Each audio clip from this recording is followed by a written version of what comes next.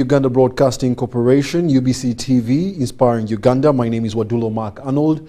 Mugalu Muhammad on sign language. This is the 8 o'clock edition of the UBC News Tonight, and it's going to be running for 30 minutes. The Speaker of Parliament, Anita Among, has described the Conference of Speakers and Presiding Officers of the Commonwealth as successful, with take-home messages not only limited to avenues of mitigating challenges, but also changing in the perspective countries look at legislation accordingly. Now, the Speaker Among says 50 countries were represented out of the 72 and have deliberated on how to build consensus in respective parliaments. We have a detailed report on the story.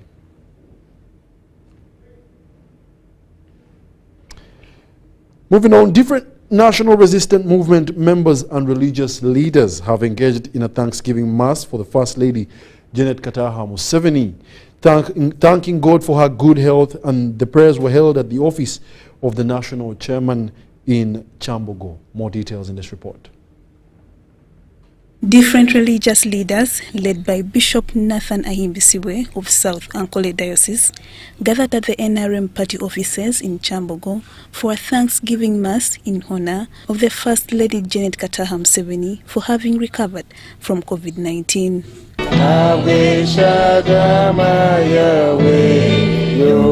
Bishop Ahimbisiwe's gospel centered on having a mission on earth, saying, God healed the First Lady because her mission on earth is still on. When the mission is still on, you will not die.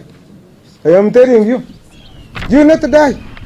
Other people will die, but for you, you'll keep alive. When the mission is still on, God will preserve you. He thanked the First Lady for being a good companion to the President, which has helped the country to develop through the wise leadership of President Yoweri Kaguta Museveni. And joining hands together is very crucial. The Mass was organized by the head of the office of the national chairman, Hajat Hadija Namyalo, who thanked God for the First Lady's health. When we heard about your illness, Mama's illness, we felt like the sea had eroded the cliff face over the years. We felt like we are going to be left in misery. We then knelt to God. God removed the pain, the erosion, the danger in COVID-19, and the First Lady came out looking even younger and stronger, and we thank the Lord for that. Hajat Namyalo described the First Lady as a brave person and appealed to her to continue leading because the country still needs her. Because we are still poor, you will be leaving us with these mafias who are fighting us, who are blocking our land, who steal our money. They have stolen the myoga, but we as a parish modo, Patona Jawaga Mamatu Wumi, Petue Sonzenga Abazukuru, Uraja Jawafe, Tibasawata Mugakume. The public was urged to emulate Miss Museveni's example and to always put God before self. A First Lady, wherever you are, we would like to proclaim this verse over your life, that even in your old age, in your gray hair, the Lord will sustain you, the Lord who has made you will carry you, and He will rescue you from any danger. Sharon, ayagala family. From her husband, ayagala nyu mwami we, ayagala abana, and that is the basis of building a stronger community. Several delegates at the function also prayed for God for a prolonged life for the First family so that they can enjoy the fruits of their good leadership. Mama Janet is openly saying to you constantly that you are her healer, and that she's standing your family on your promises, the promises of your word, which say, I am Jehovah Rapha. As a creator, because all of us, all of us, and everybody is going to emulate from her. Lydia Chomkama, Joseph Muyingo, UBC News. The Speaker of Parliament, Anita Among, has described the Conference of Speakers and Presiding Officers of the Commonwealth as successful, and with take-home message is not only limited to avenues of mitigating challenges, but changing the perspective countries look at while legislating accordingly.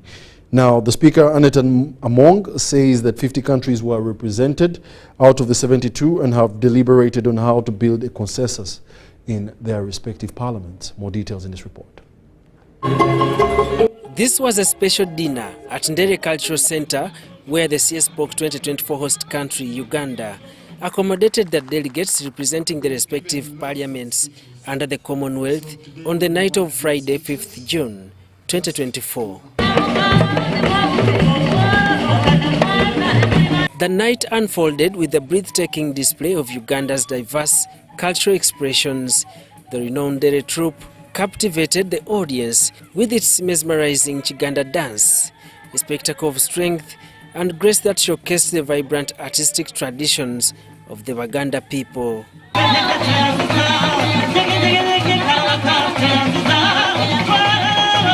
But the cultural embroidery extended far beyond dance, as the guests were treated to a feast for the senses, experiencing the rhythmic storytelling of traditional music, Ugandan attire, and the lovely flavors of the Pearl of Africa's food. You should leave all the important places and come to be with us. Thank you ever so much. What a beautiful way to begin our 40th year. Yes, Ndere Troop is 40 years this year. We thank you for your love. The presiding officers of Uganda's parliament held several engagements with the respective speakers and presiding officers to familiarize the respective legislation processes. We can actually create an MOU, a collaboration MOU between our parliament and your parliament, such that they should be coming for benchmarking in your parliament, and you're also able to send your members of parliament for benchmarking for us to be able to get more what we can do from your country and what you can do from our country. 50 speakers and presiding officers of the Commonwealth managed to attend the 27th CSPOC held in Uganda. Speaker Anita Mong reveals that the conference successfully managed to realize the avenues of mitigating climate change, enhance security of members of parliament and parliament at large, and also build consensus, especially in a multi-party parliament. This debate, this conference, is on issues of how parliaments should be able to work independently and support government in running the nation. For instance, if we are talking about climate issues, we should be able to enact laws that help us in mitigating the climate issues. It's basically that. Issues of security, we should be involved in whatever happens in a country, that parliament should be involved in whatever decision that is taken, especially on issues that concern humanity. Speaker Anita Among tasked the delegates to consider forming regional caucuses, citing example of the East African community, where the collaboration has harmonized legislation of the respective countries. I've always told my members of parliament, if you want to do benchmarking, say on roads, on anything, you cannot go to New York. You can only go to a country which is like yours. Yes. Daniel Mugoya, Gloria Gwitabinji, UBC News. Well, congratulations, Parliament of Uganda, for a successful finish. Now, among the key events on the non-aligned movement and G77 plus China summit is a side program for spouses of heads of state and government that will be in attendance. Now, according to a yet-to-be-confirmed official agenda, this will include touring health facilities in Uganda. Now, Robert Onyango talks to Dr. Mumtaz Kasam, who is one of those managing the spouses program during that time.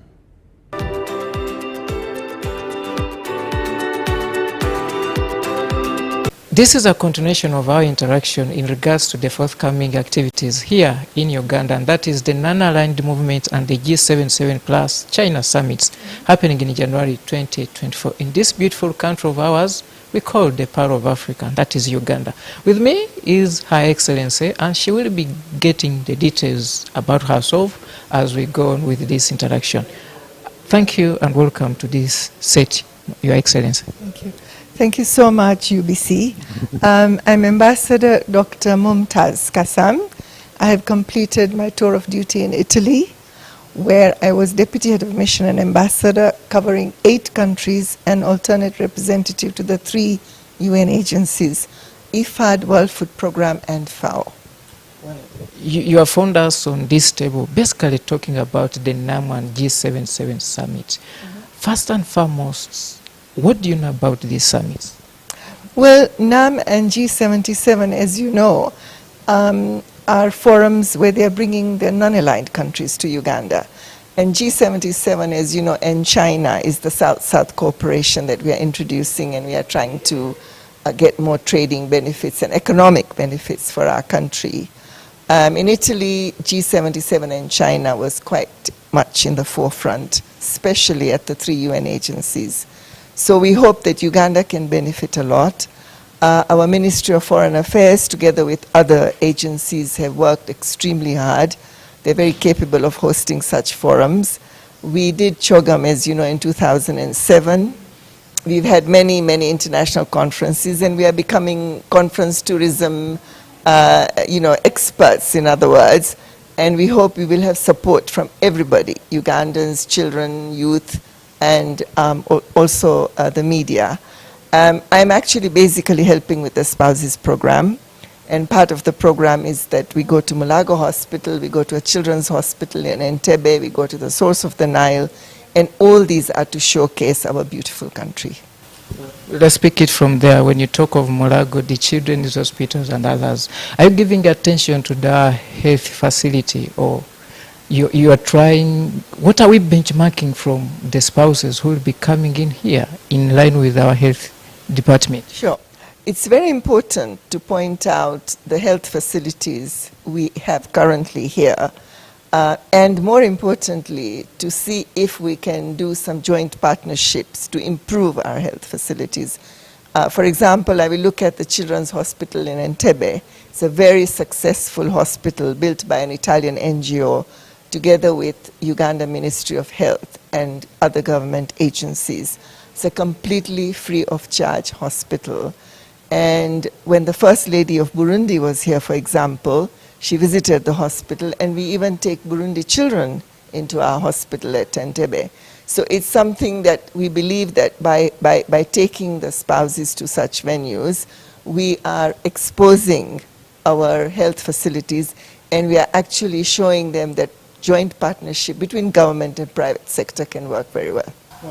On the summit of NAM and G77, you said you are working on the program of the spouses. How loud are these spouses in these summits? They are usually, as you know, they are actually quite highly educated in their own rights, and they are very aware. And as our First Lady does a lot of charity work, as you know, so these spouses are also involved in their own countries. And for us to be able to host them and to have the honor of hosting them, we will be able to see what more can be done together and to progress further. The NAM and G77 summits will be attracting a cross-section of delegates ranging from leaders, be the heads of countries and delegations. But then the summit is happening in January 2024 here in Munyonyo and other places of Kampala. Still, this is UBC, and we shall be getting you the details of such interactions as they drop on our desks. Bye-bye for now. Well, thank you very much, Onyango, for that insightful conversation. Now, the Chief Justice of Uganda, Alphonse Owin-Dolo, has advised government to consider engaging all parties in the contested land in Agago district rather than selectively engaging a few, and this will not offer a lasting solution to this particular conflict. Dolo said this at a ceremony where the Minister of Lands, Judith Nabakova, handed over free certificates of customary ownership to the communities of Agago district. Details in this report. Last year, President Yoweri Kaguta Museveni inaugurated a land dispute tribunal to interrogate land matters in a chill sub-region. This was to be led by, among others, the Chief Justice of Uganda, Alphonse Owin-Dolo. The Chief Justice.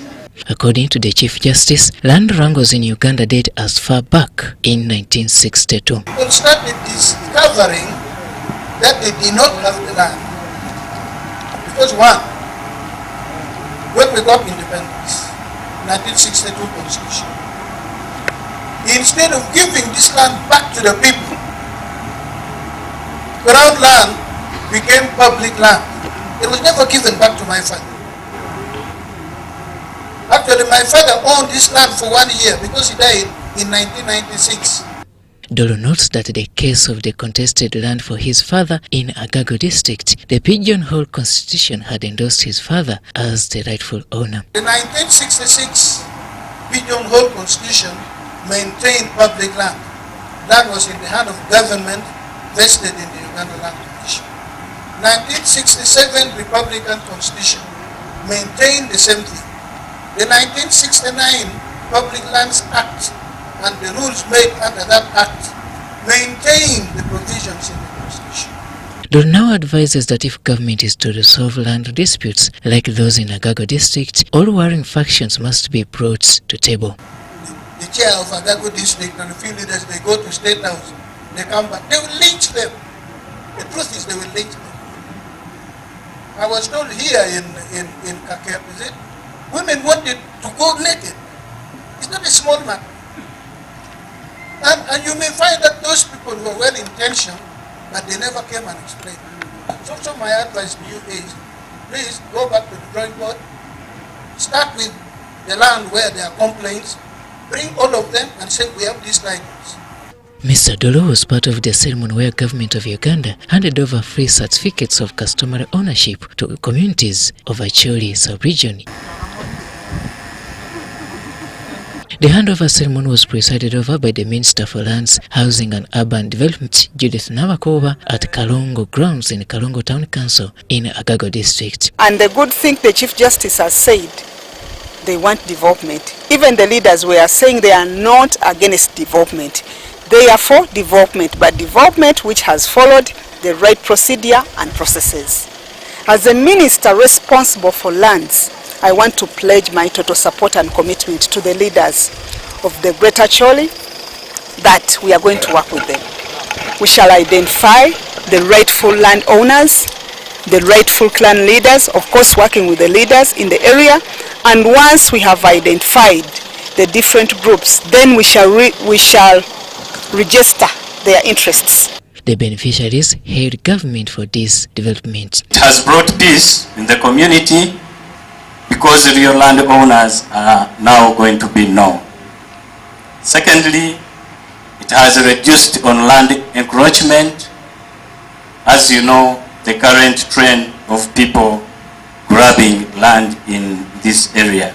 According to Nabakova, the Lands Ministry has so far processed 10,117 customary titles for close to 6,282 people, mainly from Paimol and Wall sub-counties. For those who thought that this will never be realized, I think stop being doubting Thomases. Just believe that it has happened and we are ready to roll out this project to the entire Acholi sub-region and other region parts of the northern to ensure that the rights of the people are clearly registered, because we know that once the rights are registered, will reduce land grabbing, but also the land disputes. Mrs. Nabakova, however, asserts that the government is targeting to register 275,000 customary land owners throughout the country before 2026. The process is being implemented by the government of Uganda under the Development Initiative for Northern Uganda, DINO, land component with support from the European Union and the United Nations Capital Development Fund, UNSCDF. Facho's sub-region districts of Agago, Pakwacha and Maracha were singled out as pilot areas. During this same tour, Minister Nabakova commissioned land registry offices for Greater Paimol and Wall. Uganda, the people of Agago, and on behalf of the Ministry of Lands, Housing and Urban Development, Robert Onyango, UBC News. Leaders of this sub. Implementation of the parish development model in Chichusa Town Council, Luwero District faces credibility crisis as residents report increasing corruption, including embezzlement and segregation within the program. Now, complaints from residents highlight corrupt practices hindering the PDM's success, jeopardizing its intended purpose of combating poverty amongst Ugandans. Residents of Gayaza Kikyusa Town Council, Luwero District, are expressing dissatisfaction with the Parish Development Model Program, PDM, as they claim to have received less money than expected. Teddy Nakaziwe, resident, reports receiving only 300,000 shillings instead of the 1 million shillings she had signed up for. Era nkomawo mbuuza kasozi nasayininga kakadde bakati bampadde emitwalo 30 sebe yensasula egenda kubeera etya ne baŋŋamba nti okusasula olina kusevingira mu kino ekibiina kyetukola kyetulimu era kati neebuuza amagoba ngenda kusasula ssente mmeka mu myaka 2.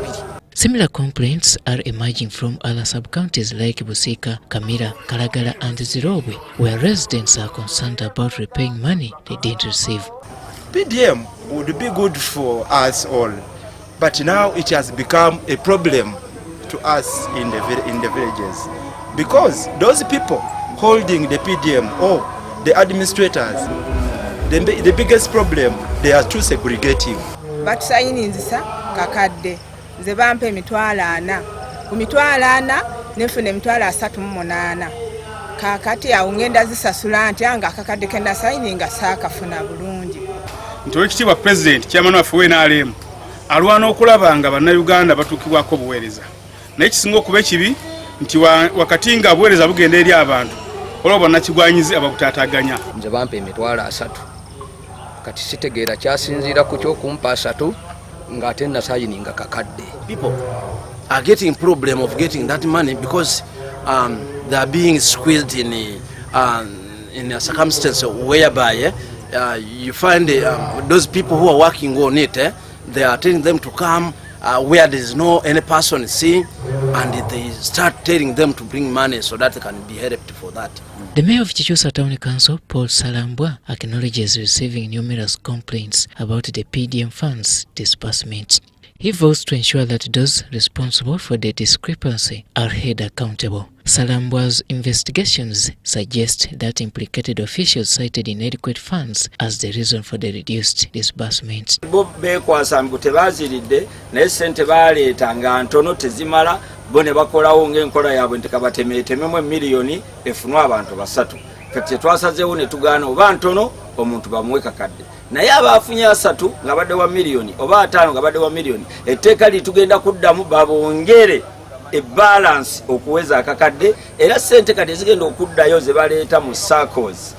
President yalagidde bamuwe kakadde akakadde ako amagoba emitwalo 3 akakadde ako twakawadde emyaka 2 nga bakakozesa. Presidential Advisor on Political Affairs Ruth Katushabe urges complainants to file their grievances with relevant authorities for thorough investigations. She promises to ensure that all those responsible for the discrepancies are brought to justice. He should be questioned, or even they should even be arrested. That is theft. It is illegal. You can first complain to the office of the RDC before coming to State House. If they don't, then they can come to State House for the anti-corruption unit. But they can even go to their mayor. Elizabeth Aina, a youth leader in the district, encourages people to embrace government programs regardless of their political affiliations if they are to overcome poverty. First of all, I want to unite NRM because this thing is not going to work if you're not together. That's a lie. So we need to first sit down as the NRM party of BAM Nanika. We come to a conclusion. We do one thing, think one thing, and move together. During this gathering, residents of Kikyusa, Busika, Kamira, Kalagala and Zirobwe proposed Elizabeth Aine as the aspiring NRM Member of Parliament for Bamnanika constituency in Luwero District in the 2026 general elections, citing her political potential to restore unity among them. Robert Whiter compiled this report for UBC News.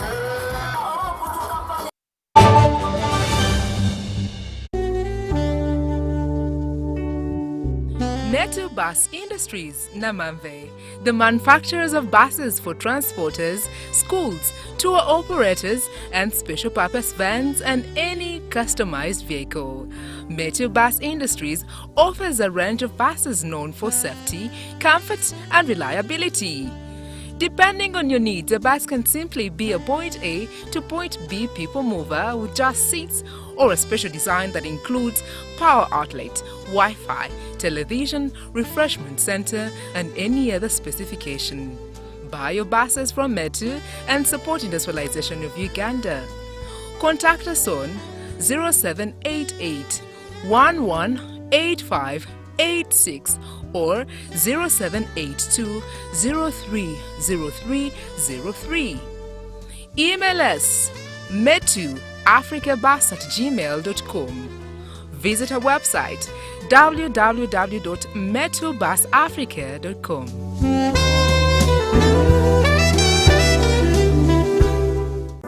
Ricky Rapper co-founded Safe Border to make day-to-day commuting safer for everyone. He and his team have added a professional touch to an informal sector with the help of technology.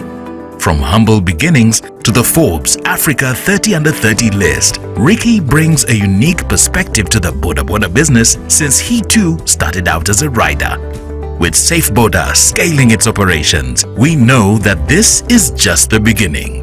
Ricky, keep moving. You are unstoppable. MTN, the Unstoppable Network, celebrates you. Download the Safe Border app and together, let's support Ugandans like Ricky who are driving our country's unstoppable progress. Have you packed Morvin's Harbour Jelly and Harbour Soap? Yes, we packed. It will protect your skin from skin rashes. Morvin's pack. It is a new improved Morvin's Harbour Jelly. So soft and smooth. It is a Morvin's Harbour Jelly. Tell me, kids, the scent. Any irritations? No more rashes and irritations. Movit Harbour Jelly and Harbour Soap is rich in natural herbs for a smooth and glowing skin. Movit all day confidence.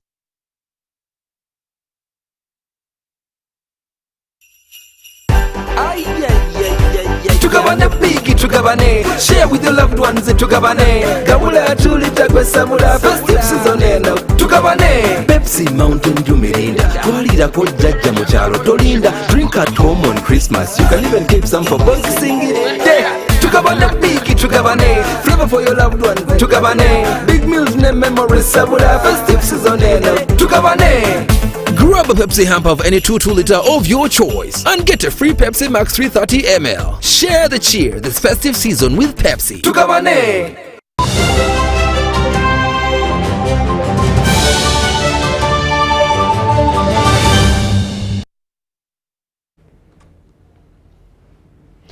Welcome back. You're still watching the UBC News Tonight, broadcasting live from Nile Avenue. We now delve into the world of sports.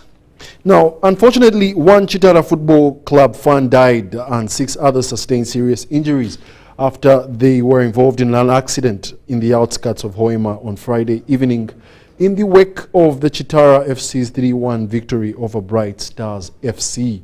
The accident occurred at Kakindo village in Hoima Masindi Road, 10 kilometers from Hoima City, after the vehicle, a Toyota Wish that the 7 fans were traveling in, overturned and crashed. One person, identified as Timothy Chomohendo, a footballer from Busisi, died on the spot, while the other 2 succumbed to injuries sustained in the accident. The other 4 injured individuals are currently receiving treatment at Hoima Regional Referral Hospital. The Albertine Region Police spokesperson Julius Hakiza attributed the accident to the driver's overspeeding and drunkenness. Chitara FC's 3-1 win came after a loss in the previous game and now pushes the club to 2nd place on the Star Times Premier League table.